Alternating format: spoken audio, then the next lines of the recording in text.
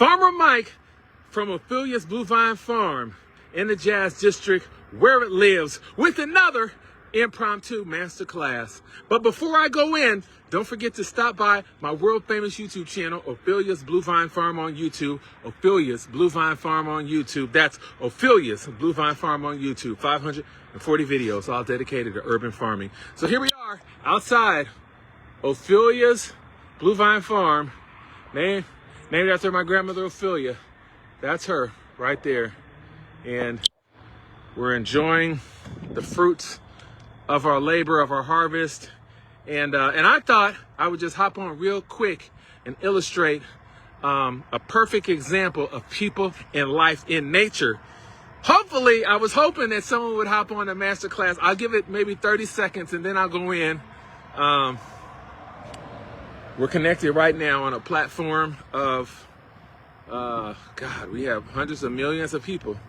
And so you can get this, you can reach out to Farmer Mike and get this masterclass for absolutely free, giving away the knowledge. No one else, no other urban farmer is giving away the knowledge. 10,000 hours of failure is a process. And going in with an inspirational masterclass today, I think we have one person. I can't see who that is, but that's okay. That's all it takes. If one person, if we can change one person's life, if we can inspire just one person, that we can, in fact, change the world. I'm reflecting back to 9/11. Just a few hijackers got on a plane and changed the world. That one moment, just a few people. And now you go to the airport and you have to take your shoes off. You can't take any liquids just because of a few people. Now you could do something on the negative side, you know, and be infamous, or you can do something on the positive side and be famous and epic. And it takes hard work, tireless dedication, energy, and grind to do something on the positive side. So what I'm teaching you right now, the algorithm doesn't really like. The algorithm really doesn't want you to learn how to do this, grow your own food, become self-sufficient. But that's what the channel is all about.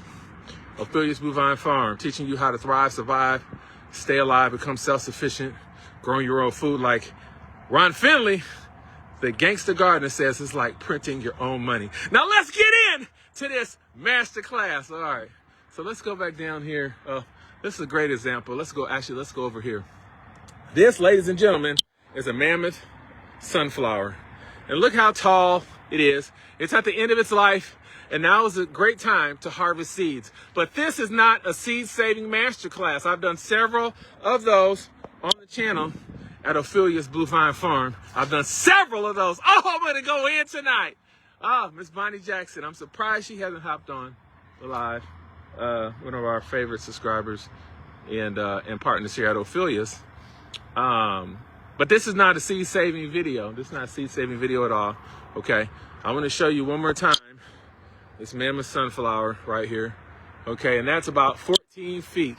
That's about 14 feet tall. So I'm 6'3", and look how much higher that is. Look how much higher that is. Just amazing. Just amazing. Okay. Now I'm gonna come down here. Again, the mammoth sunflower. Beautiful. 12 to 14 feet tall. Some of them 17, 18 feet tall. The mammoth sunflower. Just beautiful. Just beautiful in every way, showy in every way, strong in every way. Now, you can look at that mammoth sunflower and just admire it and its beauty, right? And I want to show you something real quick. I want to show you. So this is the same plant. This is the roots of the same plant right here, okay? This is the roots of the same plant right here, okay? And so this is what we have right here. This is 14 feet, right? But this is the roots system of this plant right here. So the root system is less than a foot, okay? See that? The root system is less than a foot. So it only grows a foot and it stops. It only grows a foot and it stops, okay? Well, what does this mean, Farmer Mike? Well, it's a Pablo the Farm Cat. Stop it, Pablo. Are you Are you like this mammoth sunflower? Strong. We want to go deep before we go up. And when we do that, we can weather any storm.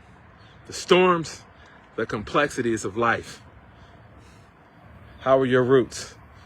Are your roots planted firmly and deeply in the ground? Leave you with that question. Because everything is not how it appears on the surface. We want to make sure that we are firmly in the ground, anchored deep, and have roots that go down very deep in the soil.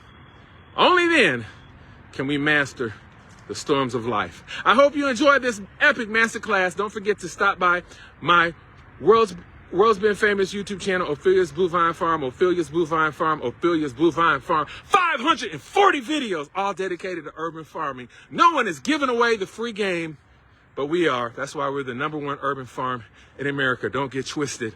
The #1 urban farm in America. And a lot of people say, well, Farmer Mike, is it the subscribers? No, it's not the subscribers. It's the fact that we have the ability to change people's lives. We have the ability to change the community. We're not just in a community, existing in the community, but we're giving back to the community. You know, the community helps us, and in return, we help the community. And we also, through the educational channel, can reach anyone in the world, giving away the knowledge. Very few people will show you how it's done, how they did it, you know, and that's the thing right there.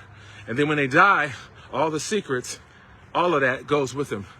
So I want to help you out. I want you to become self-sufficient. I want you to learn how to do things like harvest your own rainwater. This is a Hickman greenhouse. See these gutters right here? Big tanks inside, over 1,000 gallons. We never have to buy water again. We can irrigate this whole, we can irrigate all of these greenhouses with the 40 inches of water that we get every year, annually, right here in Missouri, in Kansas City, Missouri. And we can also filter that. We can filter it old school, not for like chemicals and things like that. If it was a street water runoff, we can filter it through some sand and some charcoal, and we can actually make it drinking water quality. Done several videos on the Hickman greenhouse on the YouTube channel, giving away the knowledge. Will that help you out? Done several videos. Done said, can I go in? You know what? Let me go inside the greenhouse, because I don't think you guys really understand what I'm talking about. Let me go inside the greenhouse. And if there's one person on who can really get inspired, I feel like someone needs to hear this. Let me go inside. Let me go inside today. Let me go inside Ophelia's, and I'm going to show you, as I step over the watermelon. Let me go inside. Let me go inside. I'm going to show you about self-sufficiency, sustainable systems. Oh, look at these. Oh, the green tomatoes. The tomatoes are jumping. Everything is jumping. Everything is jumping. Oh, it is an oasis in here. It is an oasis. This is lemongrass. This is lemongrass. Beautiful, beautiful. Jamaican callaloo. We sell that. Jamaican callaloo. Some figs. Matter of fact, do I have any figs? Let me see. Let me see if I got any figs. Where are the figs? Somebody's been eating the figs. Pablo, you been eating the figs? Pablo's been eating the figs. Let me go. Let me see what we got. Let me see what we got. That's a fig. That's a fig. Let me try. Let me see. I don't even know.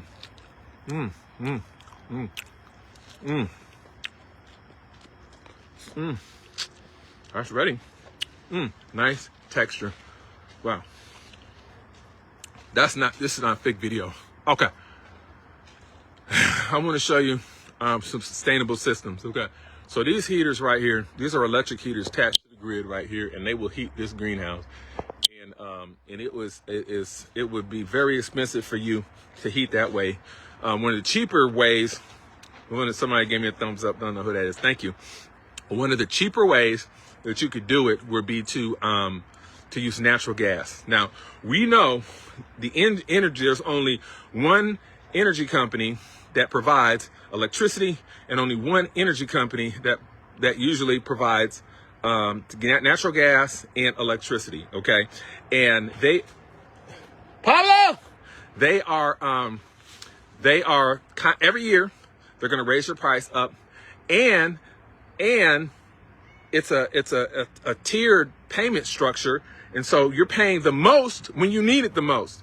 And so when you don't need it really, when it's not cold, then it's going to be at a cheaper rate.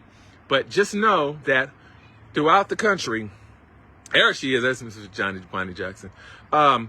Throughout the country, your electricity bills and your gas bills have tripled, okay? And if you use those, they call them peak hours, it's extremely high, okay? And so a lot of people are spending a good portion of their paycheck just on electricity. Probably, and some reports said as high as 70%, right? And so you're talking about $400, $500 a month on electricity, extreme temperatures, negative 16 degrees, and you're not just heating to below freezing. You're probably, most people want to be at about probably 60 degrees. I met a lady yesterday and she said she keeps it at 60. I couldn't do 60. I could not do 60, but 60 is comfortable for her. I'm more of 80, more of 79, and there's a cost associated with that. And so again, where am I going with Farmer Mike? I'm about to go in. Okay. And so to heat this, when these go off, when those go off, that is $100 a night when those go off, and not 24 hours. That's a night, So how do we do it more sustainably? I want to show you a couple of different ways. Now, one way we did one year, the very first year I heated this with a pellet stove. And at the time, wood pellets is a byproduct of the milling industry, and it was just product that they were kind of getting rid of, and a 50-pound bag of pellets was very inexpensive, just maybe $2 or $3. Now, that same 50-pound bag of pellets, which would last you roughly maybe a night and a half, maybe 2 nights to average home, now that's closer towards $8, right? So now that is not an effective way to do that, okay? So here, I got this furnace right here. I call it Big Bertha. This is through a grant through Casey Gift, and they were helping and still helping Black businesses scale up. Big Bertha is an Illinois corn stove right here, and she runs off biofuel, okay? And so now if we look inside the hopper right here, we can see right here that this right here is spent grain that I get from the brewery, okay? And this, the only cost on this is labor and drying it, okay? So we can take this and we can feed this to animals, okay? Recycling, keeping it out of landfills, okay? And we can take this and we can, with this machine right here, and we could also burn it, okay? Burn it and turn it into heat, okay? So we turn it into heat. And when you do something like that, then it's better for the environment, and it's more sustainable, and it's better on your pocketbook. And so this is what that looks like. This is what it looks like right here, And we just, years ago, I reached out to them because I had the idea, this sustainable idea to create an off-grid system. A lot of people do solar, and we did do some solar. In fact, this whole machine can be ran off of its only power. There's a fan that actually blows the fire when you light it, and that can be ran off a solar panel. We did have a solar panel running that, and that solar panel was stolen outside. It wasn't high enough. It was 8 feet, and someone got up there. So we'll have to actually probably make a 16-foot pole and put it up much higher. But this whole system could be, or maybe we'll put the panels on the inside. Probably put the panels on the inside. The whole system can be run off that solar panel, which charges a battery. And then there's let's see. So I have the Let me come back here and see if I have, let me come back here and see if I've got a battery, excuse me, inverter down here. Okay. All right. So where is it at? What do we got? Okay. So I don't know if you can see right down there, but there's an inverter down there, and that's just going to take, so we'll hook a battery up. And there's a charge controller, and there's an inverter that converts DC current to AC current, and we just plug it into that. And a very simple system, sustainable systems. And the guy who invented this, actually, he came down years ago and helped me install it and whatnot. And these systems are made for big open spaces like opera halls and 100-year-old buildings, when you just need a lot of raw heat. Something like this would be overkill of the average house. It would burn you up out of there because it would keep it so hot. He originally designed this to burn off of cherry pits and corn, and we did burn corn. There's a surplus of corn. Corn is cheap, and so that's another thing that you could do. Basically, you can buy corn for a little bit cheaper, take that corn and burn it and turn it into heat. We have a huge amount of surplus of stuff that we're not selling to China because of the tariffs, and so the price of corn is and will go down because the silos are full. So that's a great way to, if you had a system like this, to save on your electricity bill. Take a wonky, never jammed or anything like that. So we'll probably blow it out, give it some general maintenance before we fire it up. But the plan is to make this more energy efficient. So through more insulation, we can keep the heat. So we're getting heat throughout the day. The sun comes in, keeps this place warm, and at night when it cools off, it will go out throughout the plastic unless we trap the heat. Now, this American model is not a good model. It's an old model. Everybody uses it. Looking back on it, we would do something different. I think we would, this wall right over here, I probably would totally insulate that whole wall right there. And then the Chinese, actually, they have big thermal blankets that they pull down, kind of like a curtain rod, okay? And so at night they just pull down the blanket, the thermal blanket, and that keeps the heat from escaping through the roof. But here we have these non-sustainable systems as far as in agriculture and probably every aspect of life. And so, you know, we just went with what was available, but looking forward to the future, we would do something a little bit different. I think more innovative things like using the earth as an insulator. And there's a guy that I follow that does some amazing things. He has these hobbit greenhouses that actually, so he's growing citrus in very cold climates, and there's a way to do that, and he's developed a way to do that, which I think that we need to. I would love to get down here and have a greenhouse that kind of demonstrates that, to be able to come in and pick your oranges. And he does it very inexpensively, very, very, very inexpensively, with hay and using plastic. It's a system, but sustainable systems, that's what we're talking about. There will be a time, and we get it a couple times a year, where we will not be able to get down here. There'll be a time when the grid will be on the verge of collapse. Too many people will be using it, and the powers that be will cut your electricity, they'll cut your gas to save the grid, whether you pay your bill or not. And so that's not sustainable. Having backups, having redundancy, that's sustainable systems, okay? And so the idea, the concept of this, can also be used for your own personal life, your own homes and things like that. So that's what the channel is all about. And if you want to see how I'm doing a lot of this stuff, giving away the game, giving away the knowledge for absolutely free, no strings attached, and on Ophelia's Blue Vine Farm YouTube channel, Ophelia's Blue Vine Farm. 540 videos, all dedicated to urban farming. Guarantee no one is showing you how to turn fuel into heat. And I want to do something even cooler with using hydroelectricity, using the power of water, taking water, turning that water into heat, and hopefully I can get with the city. Hopefully they can come off some property so we can get that model working, because the idea has been in here for many years, several years. But again, we're just working the plan. Sometimes we're behind on the plan, but we're working the same plan.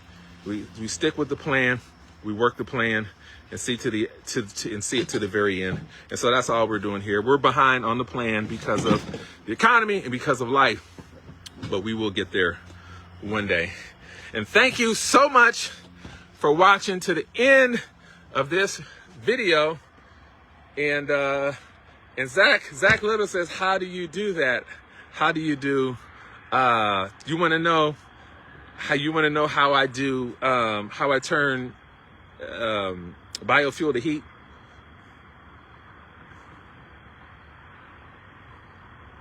I love these live videos.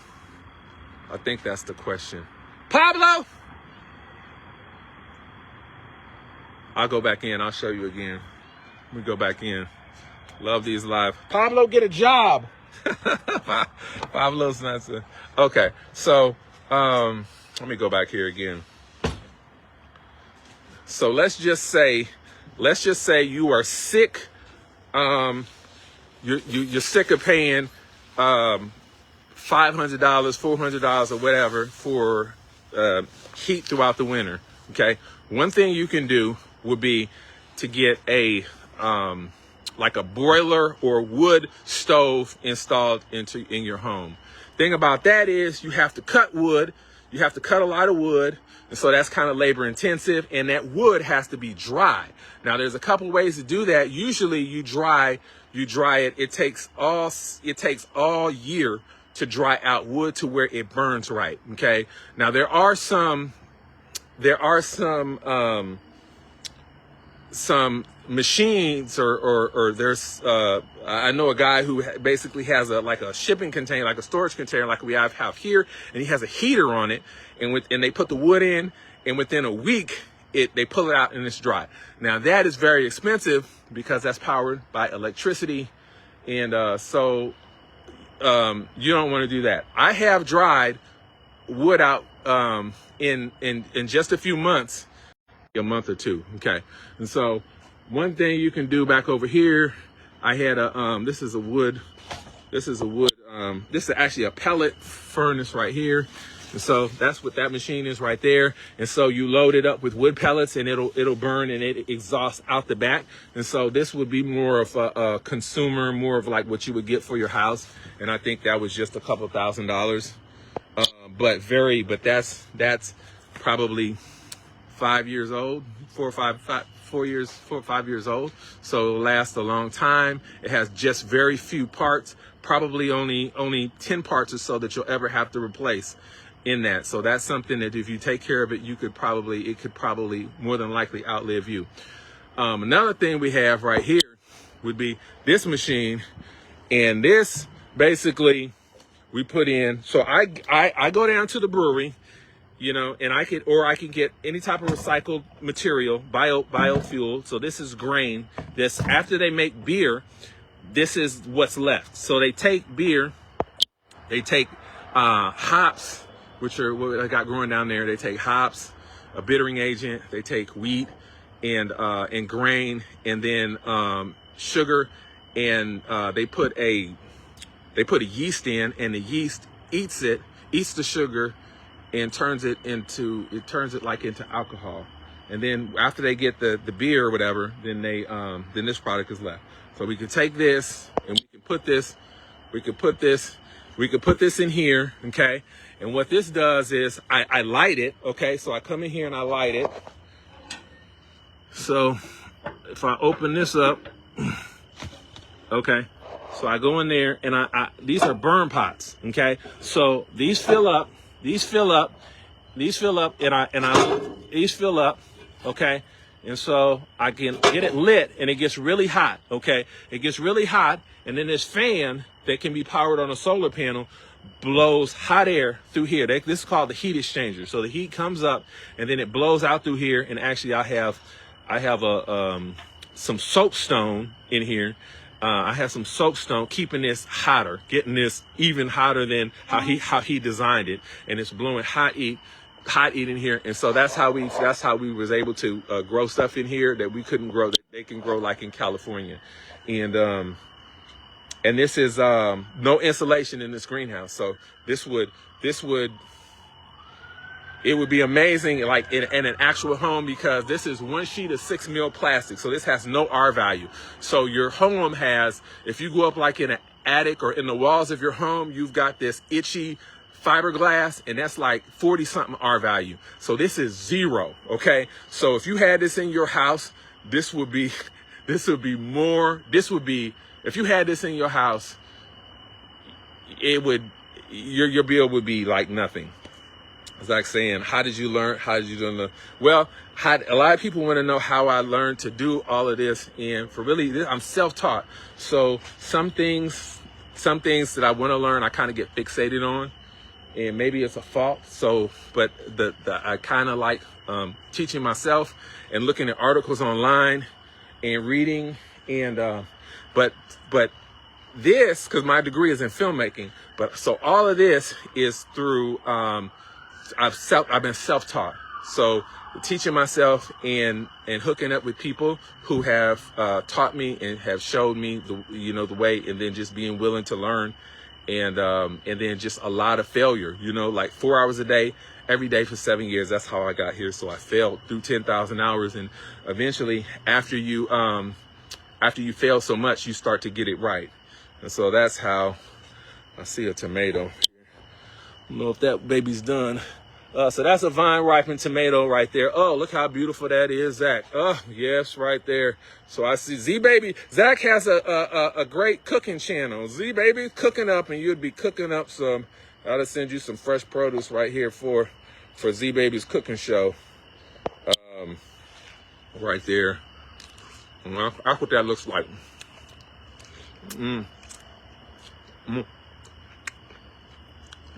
That's right.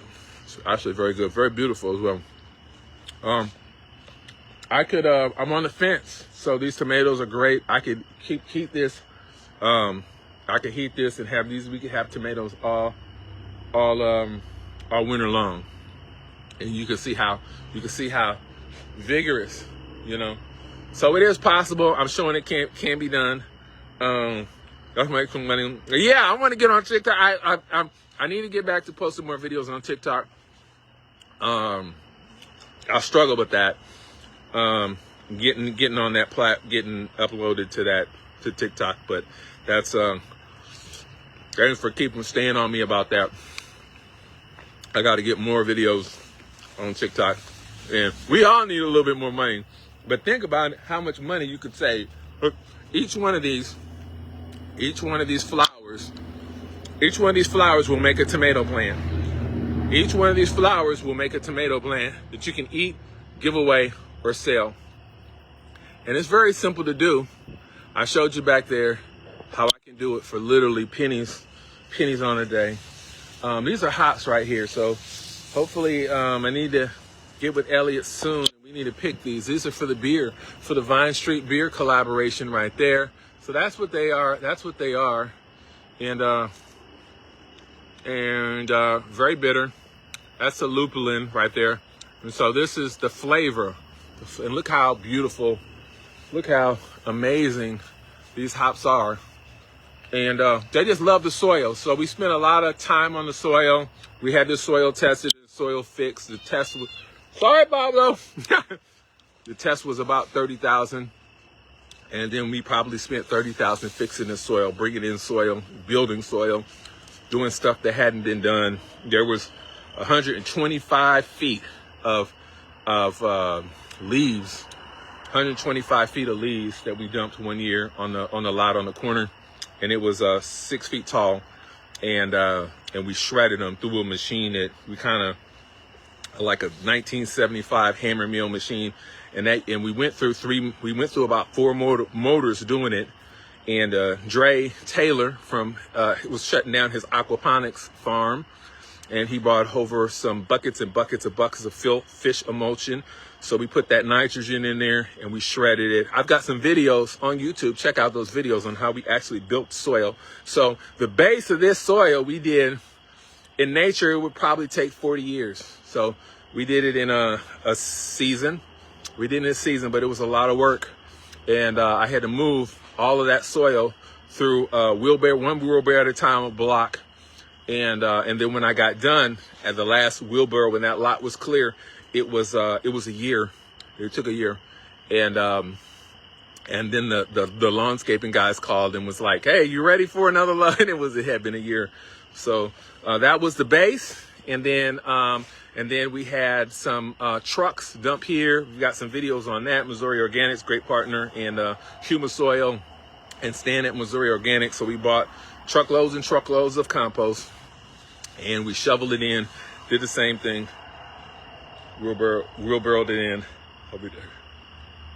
Where was that a cat? Yeah, that's, and Pablo's like, Pablo! Yeah, that's Pablo the cat.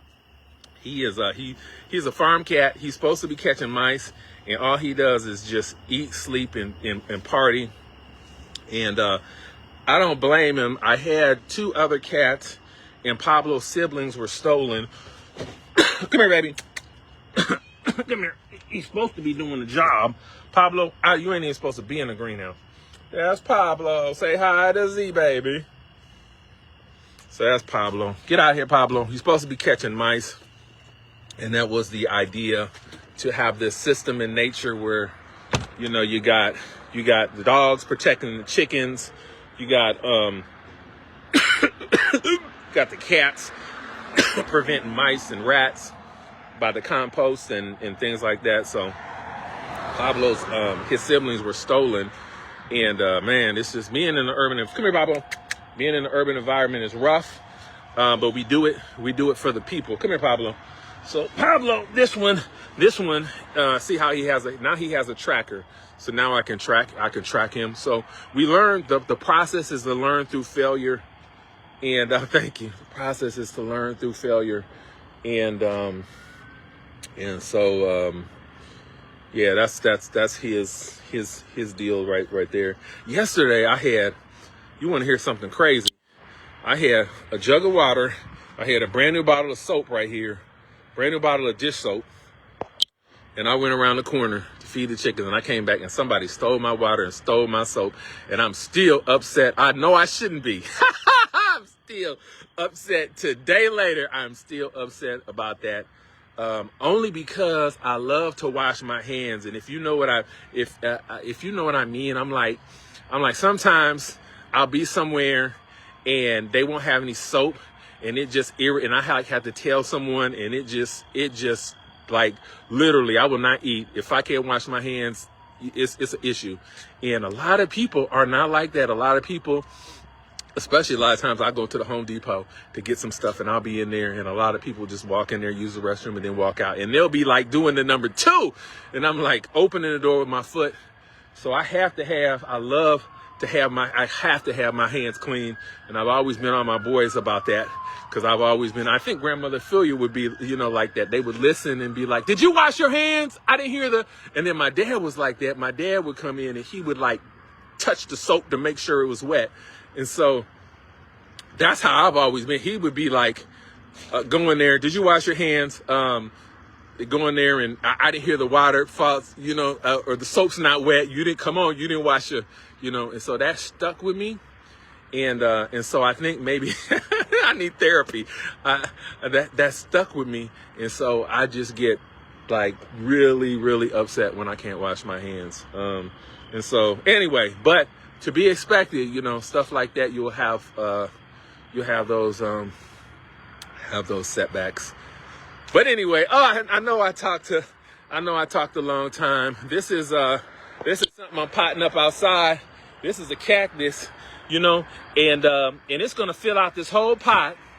It's gonna fill out this whole pot, and in about 2 years, you know, and then it's gonna fill that pot, and then maybe we'll sell that for about $300. It's gonna fill out that. But again, so we're thinking about the future.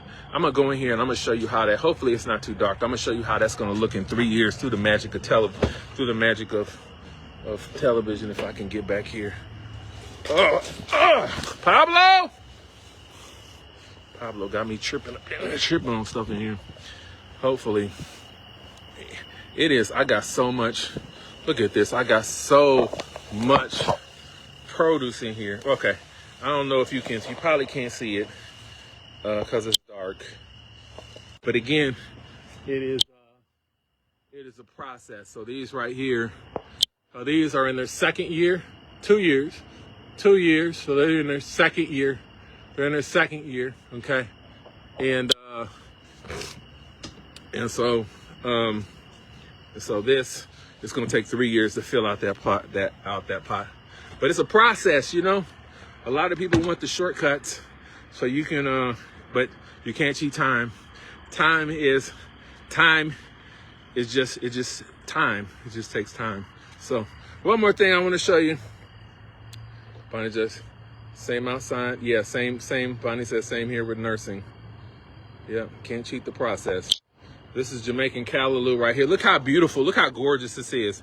So this is in every dish in Jamaica, and look how green. I haven't shot it with any type of pesticide or herbicide or fungicide, and you can see how the plants love it right there.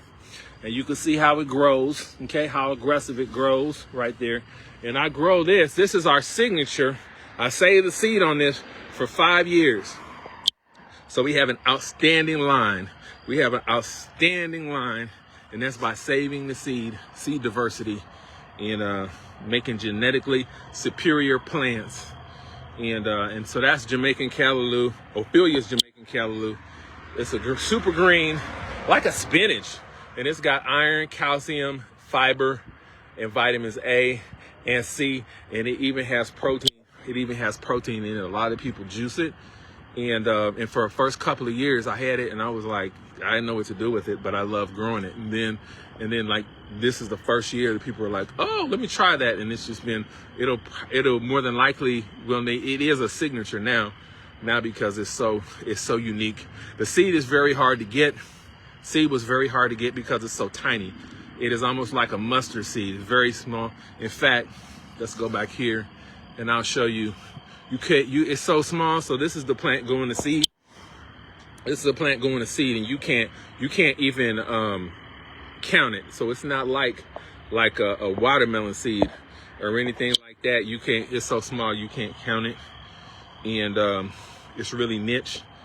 And unlike this is a watermelon seed, for instance. So this right here, so that's a watermelon seed, and you could count that, you know. But this Jamaican callaloo, you're not gonna be able to count. But it loves the environment. It grows really well in the heat, and it is a survival food. So Ophelia's is about survival food, and we will get to. I'll do a masterclass where I'll talk about 3 things that we grow here that you can grow, and they can fulfill 100% of your protein need. So that's the hardest need to fulfill your protein need, and Jamaican callaloo is a protein source. It's a part of that, as well as Ophelia's eggs from the Vine Street hens. And so the average male protein need, when you're looking at 2 eggs, bodybuilder 4 eggs. And so you wouldn't believe how many eggs that we can do in an urban environment, and how many hens. I'm not even gonna go into that, but that's top secret information. Only very few people know the scale, but just know you would be amazed. So Oh, see, Zach's on the phone. That's going to call me on the phone.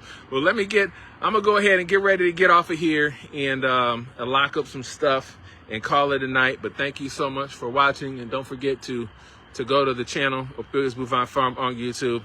540 videos, all dedicated to urban farming. Pablo needs to get out of the street. Pablo, get out of the street. And who say cats don't understand English? I was about to get a switch. Pablo got the switch yesterday. I did like Grandma Ophelia, and he got the message. Anyway, I gotta go. Love y'all. See you later.